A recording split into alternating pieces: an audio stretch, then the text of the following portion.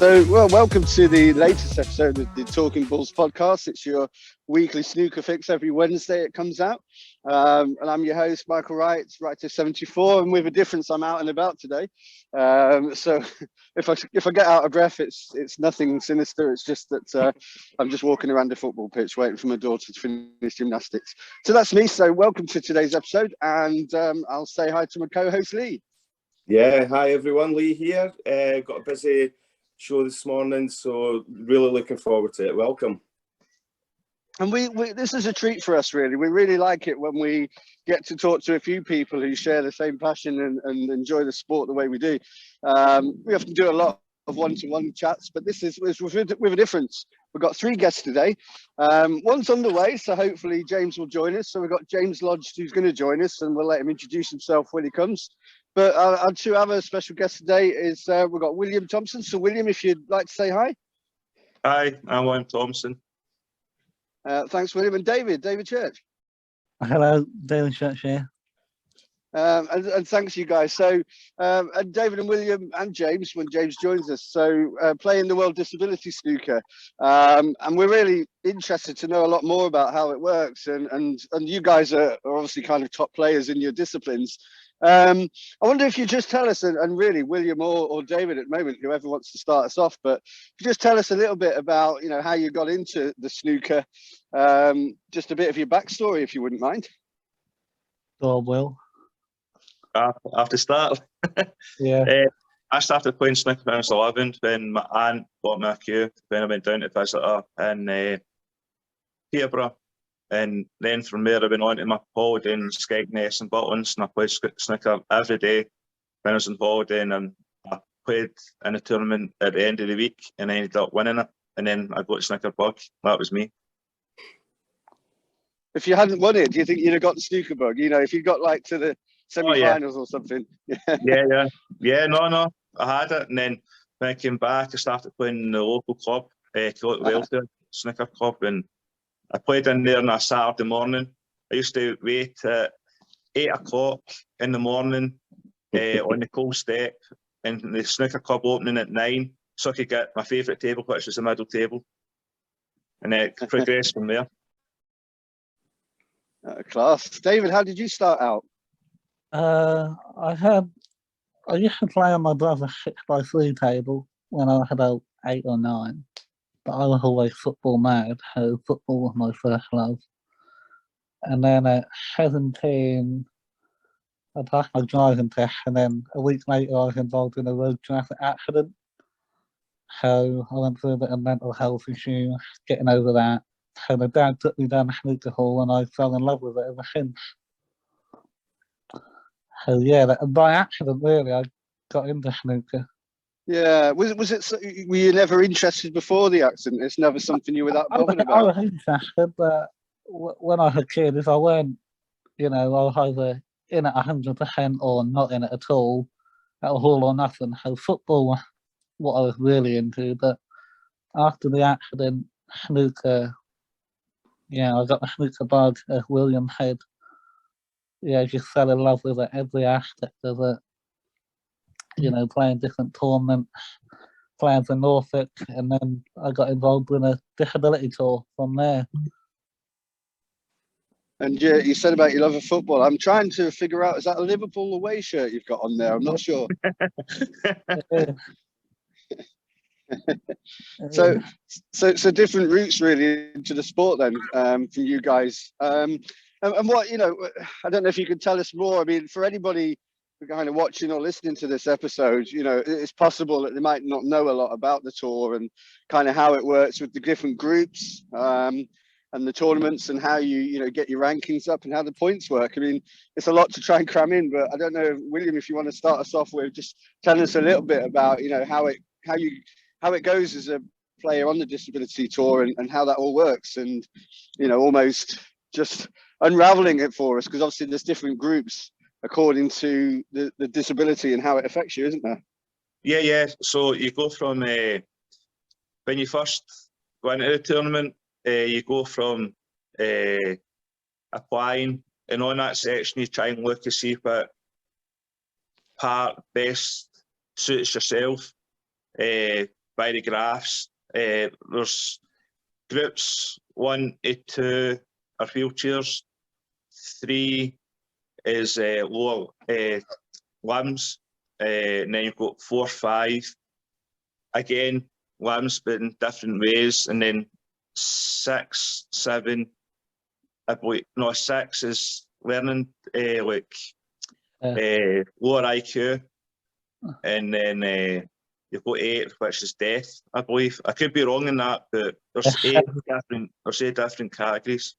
7 is deaf, 8 is partially sighted. That's right. Sorry. No, that's fine. And you guys play in the same category, don't you? Yeah. 4.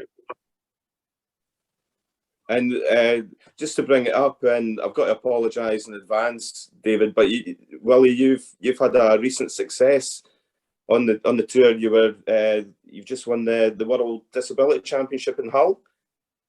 Yeah, it was Hull, the Hull Championship. Yeah, Hull. Yeah, and you played our good man David here in the final. So apologies for bringing this back up, David, but well, William, you were 2-0 down and you managed to win the final 3-2. That must have been a fantastic result, obviously, because David's a class act on the table, isn't he? It was absolutely flying. Honestly, I struggled all weekend.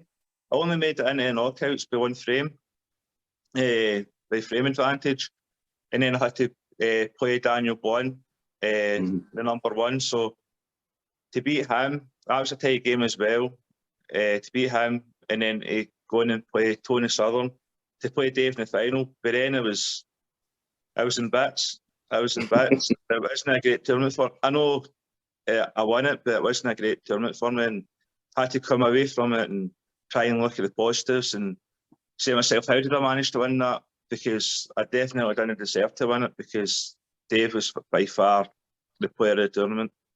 In our group anyway, it was absolutely flying.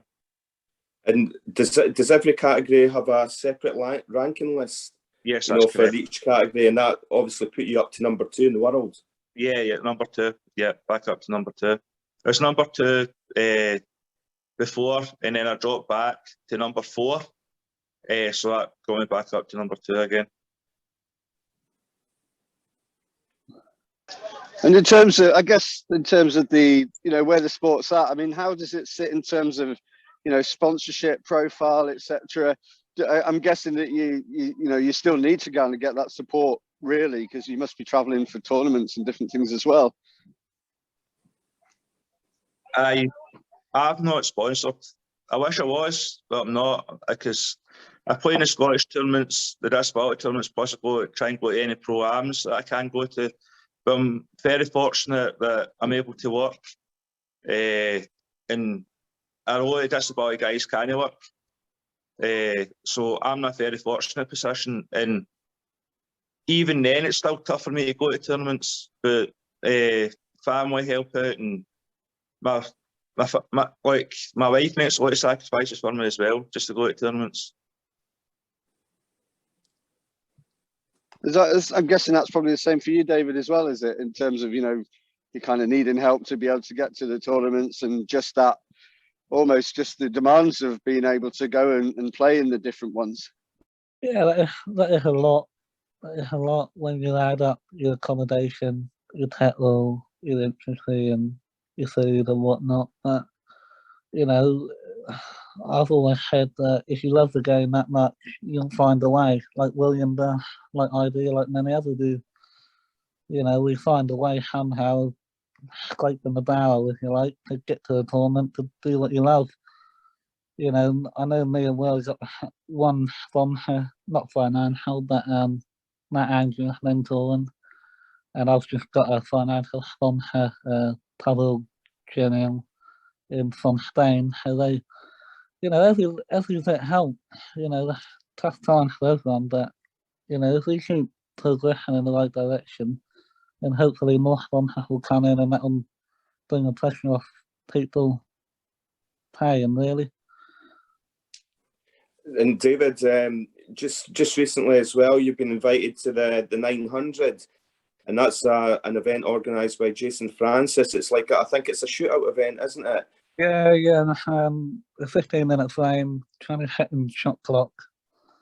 Playing at Crucible Club in Reading. Who, yeah, you know, WDDF is great, but you know, I'm sure will back me up on this. That you know, we want more opportunities to play on TV and stuff like that.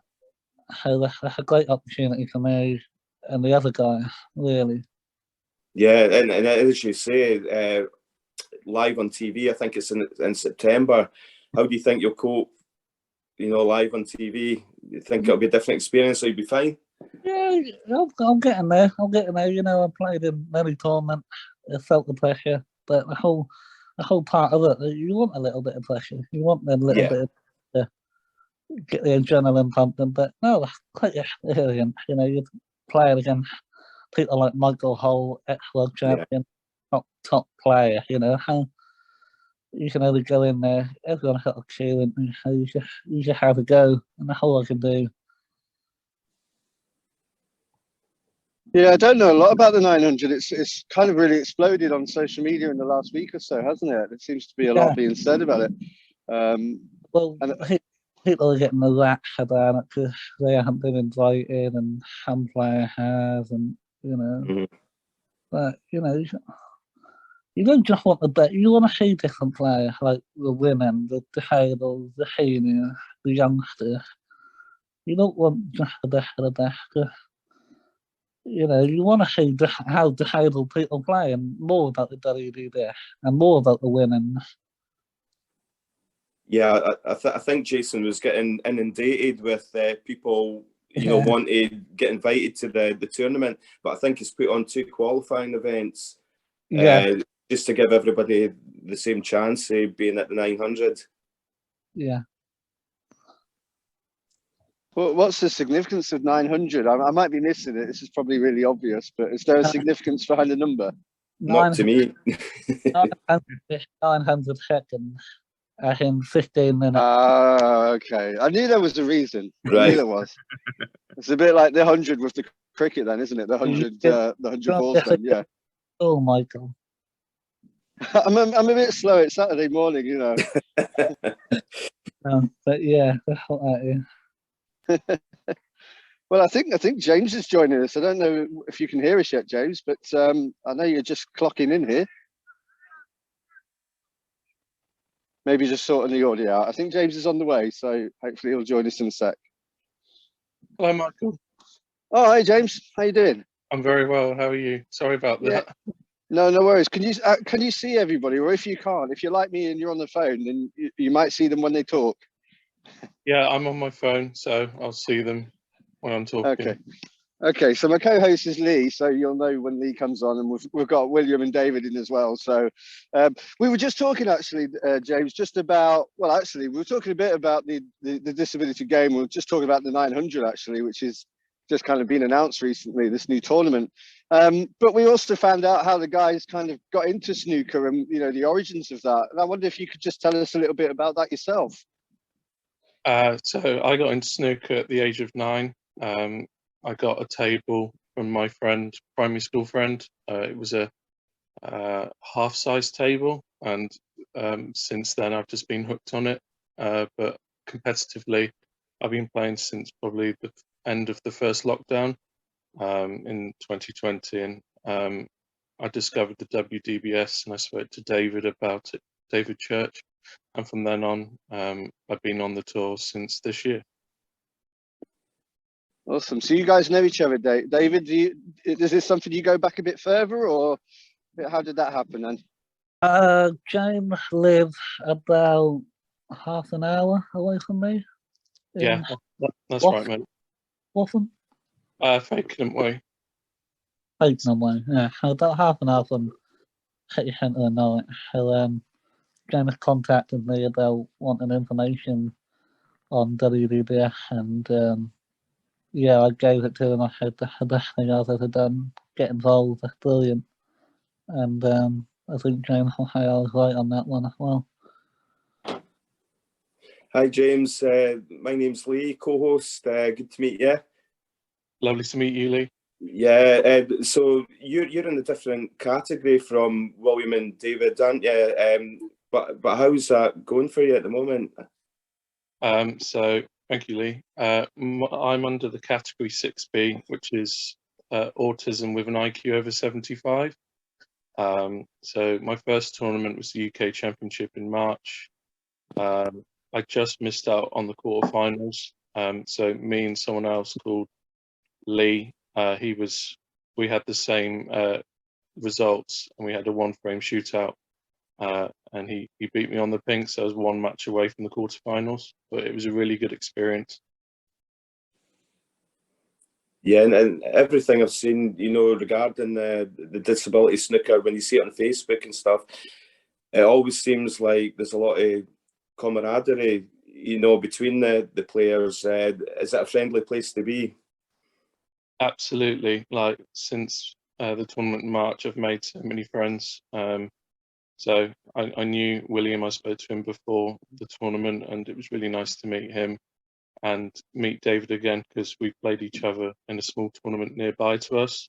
And then met some other people on my classification and outside it, and everyone's just so friendly. There's a lot of respect for everyone, regardless of your ability or your disability. Like, there's no barriers to anyone who takes up snooker. It's just so good to be playing it.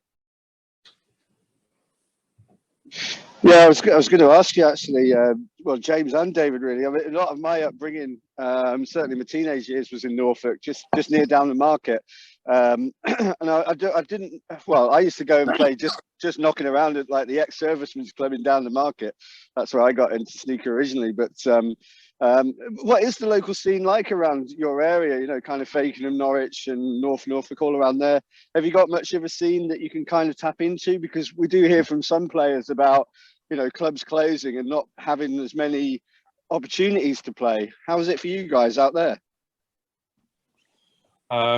So where I live, I used to have a local club at Fakenham, but it actually shut down yesterday. It's been part of the town for nearly 30-40 years. So it used to be just outside the town centre. There was 7 tables, and there was a lot of members, at least 150.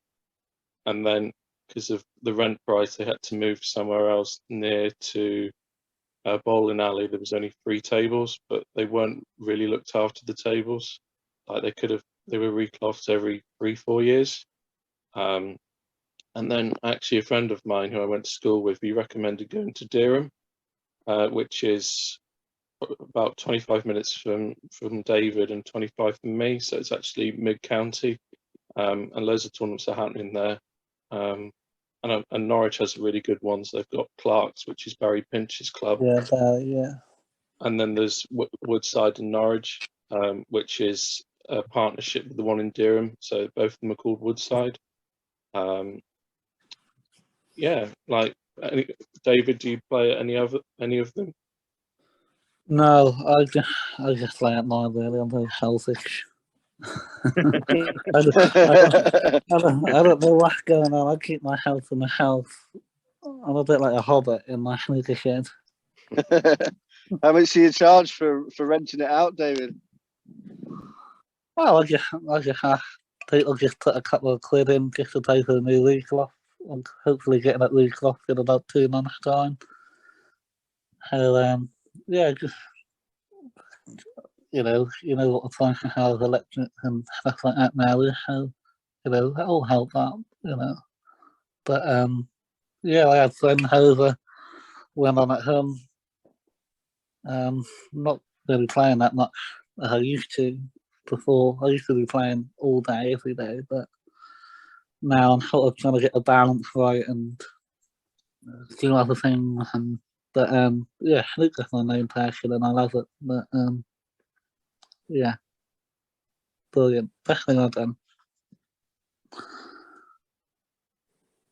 Yeah, it sounds like it plays quite an important role for all of you, really, and obviously from a community point of view and getting to know people and having connections. I mean, I guess that's one of the key things about anything you've got in common or a passion in common. So it sounds good. It sounds like quite a good network that you've got there, really. It is, 'cause everyone in the same boat, you know, but like interacting with people without a disability. I mean, when you get to a tournament, sorry, when you get to a tournament, everyone's got a disability of some sort, so there's none of that awkward feeling of like suspense. You don't feel uncomfortable. You feel like, well, everyone's in the same boat. I'm safe here. No one's gonna say nasty things or be derogatory and stuff like that. So you feel pretty safe. And William, I'm just wondering, you know, about the tournaments and the location of the tournaments. I take it you being, you know, in Scotland, you've got to travel quite a bit to these tournaments. I think near enough every tournament's at least a 3-hour drive for me, but I think that's the same for most of the players. Some players, David Grant, he comes way further up in Scotland than me, and his friend, his name? Alan Reynolds, they're further up than myself, so they've got a bit of travelling. But as David said, if you're wanting to go to these tournaments, you'll find a way to try and get there. I mean, I'm very lucky I can drive as well, so can Dave.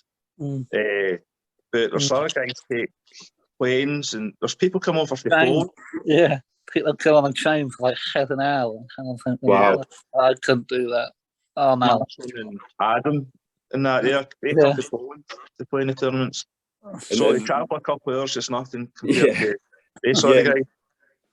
Yeah, when you put it like that, William, you know, as you said before, you know, it all depends what sort of passion for the game you've got and what you're willing to put into it. So, yeah, it's admirable, really, to travel that much, you know.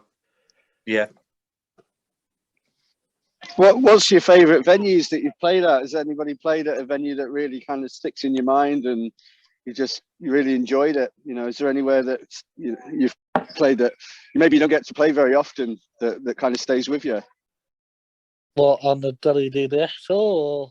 Well, anywhere, I guess. Probably the Stadthalle in Germany, Paul Hunter Classic. Oh wow, yeah, that was pretty nice. Yeah, Gibraltar, Malta. But here probably would be Southwest Snooker Academy. That was nice. But obviously they're shut now. But the Belgium Open on the disability circuit is probably the best facilities. Oh wow, yeah. I suppose that's the thing again about the profile of the sport and awareness. You know, I think when you're a snooker fan and you're focusing on the main tour, I guess you know the main ones and the Tempodrome and you know kind of the Waterside in Belfast, etc. And obviously the Crucible, but and the Barbican in York. But we don't know so much about where else there is a lot of activity going on, even in the amateur game as well. So it's quite interesting to hear some of the opportunities you get to play in different countries. Yeah, there's a tournament on in Belgium for the WDBS. So a lot of guys go to that every year. I think it got cancelled last year because of COVID. Yeah. And I think that was a great miss. I've not been to Belgium because I always go to Q School. I always choose to go to Q School. I've heard a lot of great things about Belgium, so I'm looking forward to going there. And we said a bit about inclusion wider, and we talked about the women's game and the youngsters as well. I mean, obviously, just again, an Avenue announcement was about I think it was the mixed doubles, wasn't it? That was just announced the other day as well. I don't know, any thoughts on that? It sounds quite an interesting idea. I think it's needed. I think it will broaden the game for women's, and it's the first time they've had a mixed event since like 1991. And to have all those four involved, so Neon Yi, Rhiannon Evans, Emma Park and Bex Kenner, I think will be really good for the women's game, and it will show them like in a broader light, and to play with the best four men in the world. I think it would be a really good idea, and hopefully there'll be more mixed tournaments in the future. I think that'd be really good for the snooker calendar. Yeah, it could really open up for different formats, you know, even bringing the world doubles back. You know, you used to have the world doubles back in the day. I think Tony Mio was with Steve Davis or whatever, and that was a great event back then. And I think there's a, you know, a call for that, and it would be welcome back, I would say.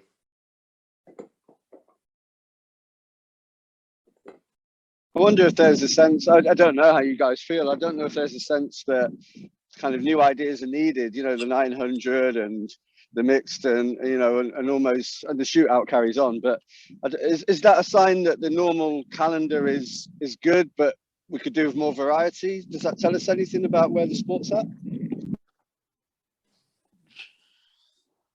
Who's sat to myself, or? And anyone? No, it's just a nice open question, really. Just I don't know how you guys feel about it yourselves, or your thoughts on the sport at the moment. Go on, Will.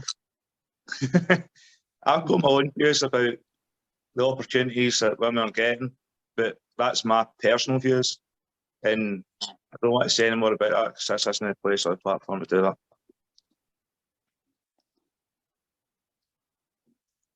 Yeah, I think it was, you know, it's a bit like the cricket. You know, we've seen. I'm not a big cricket fan, but you've got the T20, you've got the 100, you've got almost shorter versions of the games that are becoming really popular, and to the degree that they're more popular than the normal kind of longer term county games. I just wondered if that was a sign of something coming into snooker, which was, you know, almost different opportunities to play, and not just the more kind of ranking tournaments. But for what you guys are saying, it's about opportunities to get out there and play in different events and play different players. It sounds quite important to you. Yeah, it's life changing for a lot of the players on the disability tour, because it gets them out of the house, gets them to meet people, just the same as saying, gets them to meet people, and maybe even give them more confidence in society, not just in snooker, but society as well, because they're seeing people that's in the same sort of vulnerability as themselves, and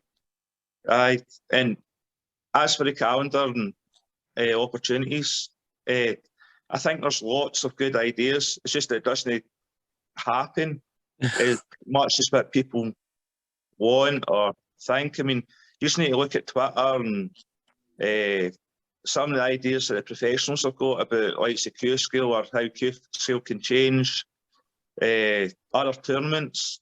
I think lots of people have lots of ideas, and not everything gets followed through or gets looked into. No.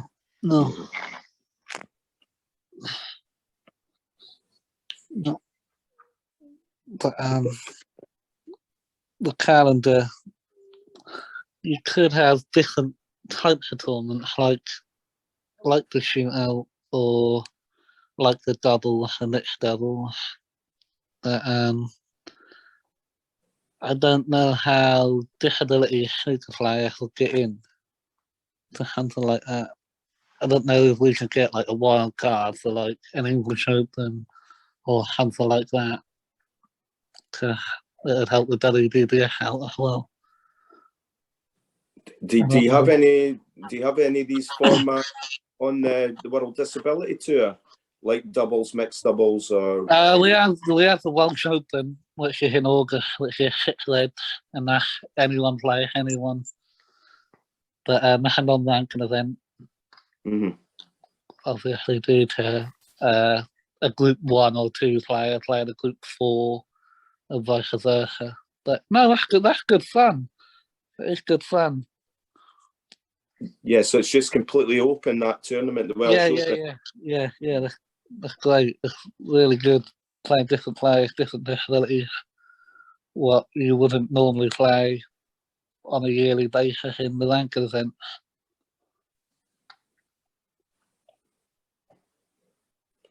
I was wondering, James. You obviously joined us a little bit after we'd kind of got to know each other a bit, and I was just wondering, from the autism point of view, and you know, we think of disabilities. A lot of people think of disabilities in terms of visible disabilities, and I just wonder, you know, what's the the kind of profile of the game for your group, the group that you're playing in, and is there a good level of competition and lots of people joining in? How does that all come together for your groups? So autism comes on the WDBS under 2 categories. So 6A, which is an IQ under 75, and then my one, 6B, an IQ over 75. And in recent times, there's been Leroy Williams, who's in my classification dominating. He's like 30,000 points ahead at number 1. And then 6A has actually been quite close recently, but there's been new winners. So the UK Championship in my one, a guy called Adam Noonan, who's from Liverpool way, it was his first tournament and he won. It's really open, like there's more players now on both classifications. And people are making really high breaks, at least into the 30s, 40s, 50s, 60s. And I think it will make it even more competitive, because I think for a while it went through like a lull period, but the standard it's really good, and I think a lot of them can compete on the highest level. Yeah, and I mean, certainly one of the things that I think there's a theme from these podcasts that we do, myself and Lee, and one of them is about almost that supply line of younger players coming through. And we had Stan Moody on just the other week, and really interesting fella, and obviously quite highly rated, and he's just 15, but looking like he's got a bright future. Do you notice much around, kind of the age groups coming in and playing in the disability tour? Is it more younger players? Is it a good mix? What do you notice? It's actually a good mix. So I think the oldest player on our tour is at nearly 80, and he plays in the I think it's Group 7 or Group 8. I think it's to do with eyesight. And I think there's some people in my classification that are in their teen years, 15, 16, 17, and they're actually really good players. One of them is 17, Matthew, and he can make 80s and 90s in practice, 100s. Wow. But most of the age categories probably between the ages of 25 and 45. That's usually the mean age, but it's for anyone, and I think it's just great to see different ages, because it doesn't matter what age you are, you can beat them regardless of their ability and stuff. But the standard is just fantastic across all ages. Yeah, is that what you guys find as well, Dave and William? Is that how you're seeing it as well, with kind of the groups you're involved in? Yeah, that's roughly what James had really. Younger when I was saying is about 15, the older is about 80 or so. But the average middle of the road is about 25 to 45. That's where you get most of your players. So in that sense, if they're 25, 1995, yeah, so they would have been born late 90s, middle 90s, really. But yeah, there's a good mix. There's a good mix, to be fair. Yeah, all different age groups, all different disabilities. I mean, when you go to these tournaments, it's inspirational. It really is. Like, there's guys playing without any lower limbs. Yeah, cracking along blues. Yeah, aye. Ridiculous. I'll tell you what, if any's got a chance, look up Nigel Cotton. Yeah. He does a one-handed clearance on the colours without hitting a cushion. Wow. Whoa, blimey. And that'd be difficult for anybody. Exactly. Exactly. He says that's his party piece, but he can do it most times. It's unbelievable. I mean, it's not a case of like say us guys like pot the ball and make sure it's a good position for to make the next pot easier. Whereas somebody like Nigel or Carl, they're looking to see where's the easiest place to put the pipe so they can actually reach it, or so they can actually play the ball. Yeah. So they're leaving more difficult shots so they're able to play it. I mean, it's unbelievable. I mean, in the cycling category, there's Robert Kraft. I don't think he's played a couple of tournaments. I don't think his health's too good. No. But he screwed out a piece of arrest and put an LED torch, like a wee torch, into the rest, so that when he was using the rest, he could see how far he was away from the pipe.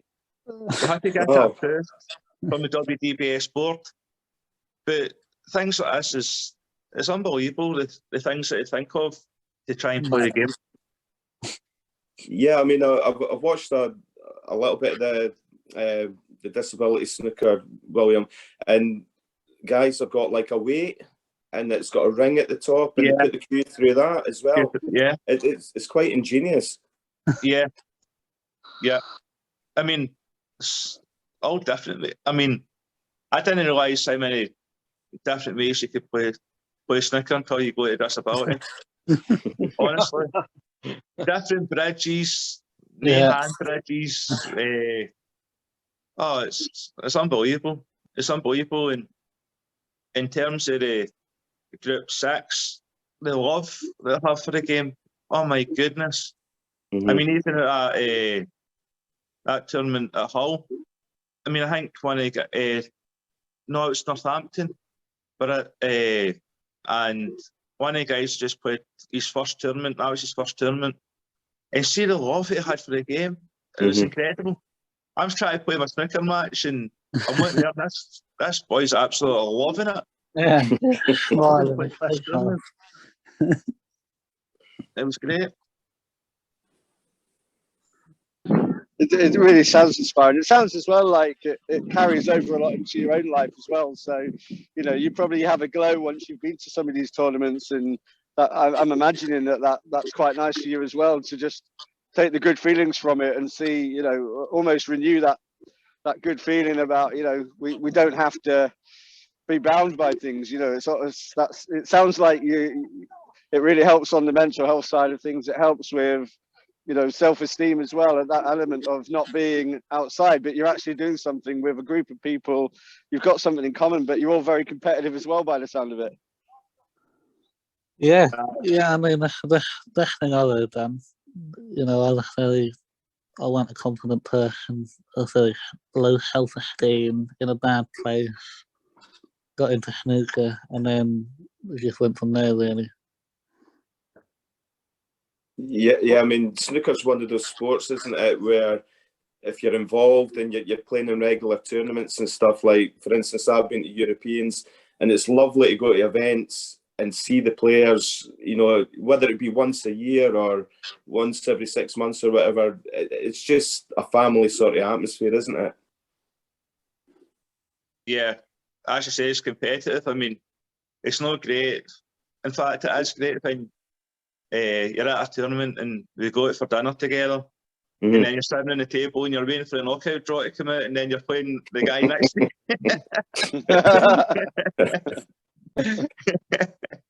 Conversation stopper. Well, actually, it's not for us. We just rub each other up in that, but it's funny.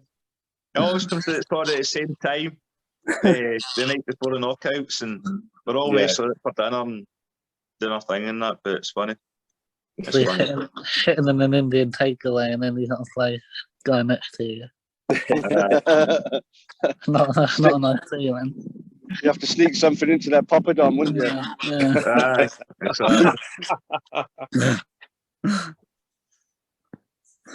What's the Dave? I think on your Facebook, I think I've got this right. What's the origins of Del Boy? Is that your nickname?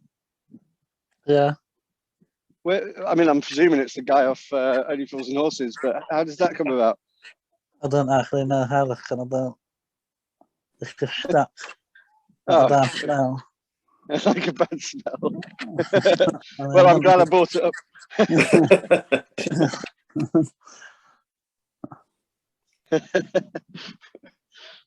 Quality.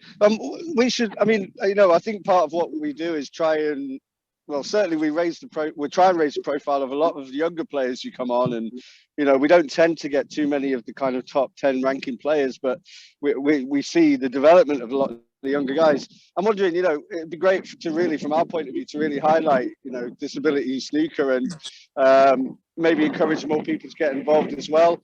I'm presuming there must be some social media and some YouTube that we can, you know, almost link to really in the episode to get people finding out more. Do you have much, any of you guys, do you have any kind of, you know, kind of YouTube accounts with some of your games or reels or anything like that we can see?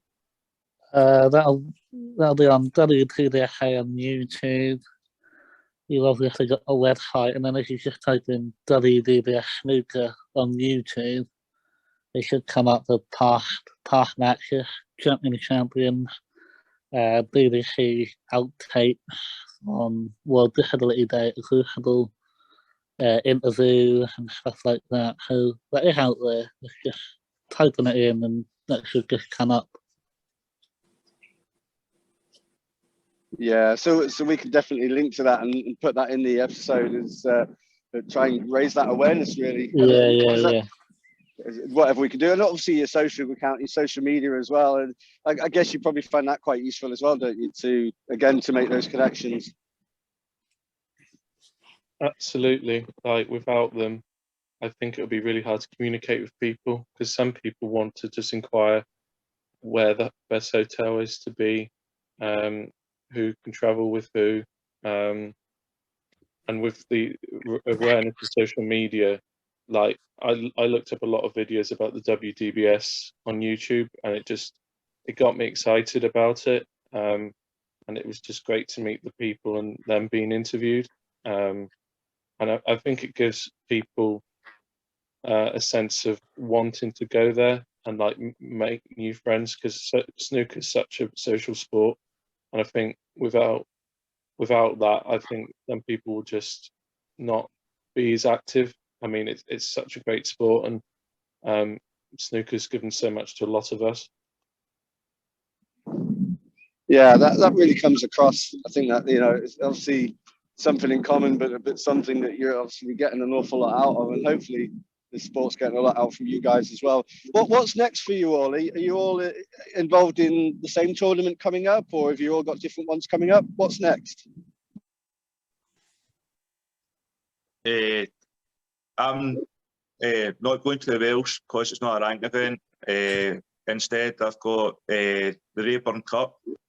I play in the counties with the Red Triangle and Cumbernauld, the snooker club I play in. So the Rayburn Cup is like Scotland against England. The Scotland counties against the English counties winners. So I'm playing in that, and then it's just on to Scottish, and then I'm going to Stockport for the WDBS. That's in August, September. End of September. September, October, sorry. Yeah. What about yourself, Dave? What's next for you? I've got the Welsh in August, then Stockport end of September, start of October, then end of October, the 900, and then put my crew away for Christmas. So I look forward to the 900. That just sounds really interesting. And James, what about yourself? What's next for you? So Norfolk has its county championship on the 10th of July, which is played at Dereham Woodside. So I'm going to be competing in that. It's the second time I've competed in the county championship, and there seems to be some at least 20 entrants, which is really good. And there's some ex-pros playing. So there was a couple of them who played in the 90s, but because of the amateur game trying to get into the professional game, not a lot of them could make a living from it. The Welsh Open I'm not able to make because of another commitment, but yeah, Stockport's next on the list. And then any small tournaments locally. So Woodside Norwich does a handicap at the end of each month on a Sunday. So and there's another tournament called the Open Series. So we play in a league that's in Dereham, and there's like 7 in a league, and you play 6 frames against them, so you can win, lose, or draw, and you get a trophy at the end of it, which is really good. But yeah, the standard will be really good, and it will keep me sharp before Stockport. Well, I mean, just to say, I guess, I mean, wish you all the very best with your next tournaments and obviously the tour season. It's been really interesting and really informative. It's nice to get to know more about you guys and about the tour in general. I just want to thank you for your time. You didn't have to give your time up, so it's really kind of you to do that. And I think from my point of view, just thanks very much. And I'm sure that Lee would say some similar things. Yeah, thanks guys for your time. It's been great to speak, and it's certainly given me more an understanding of what happens on the disability tour, and I'm sure that'll be the same for everyone else. So good luck with whatever you're doing next, and thanks for your time. Thanks, guys. Thanks, Cheers. for having me. Thank you. Bye.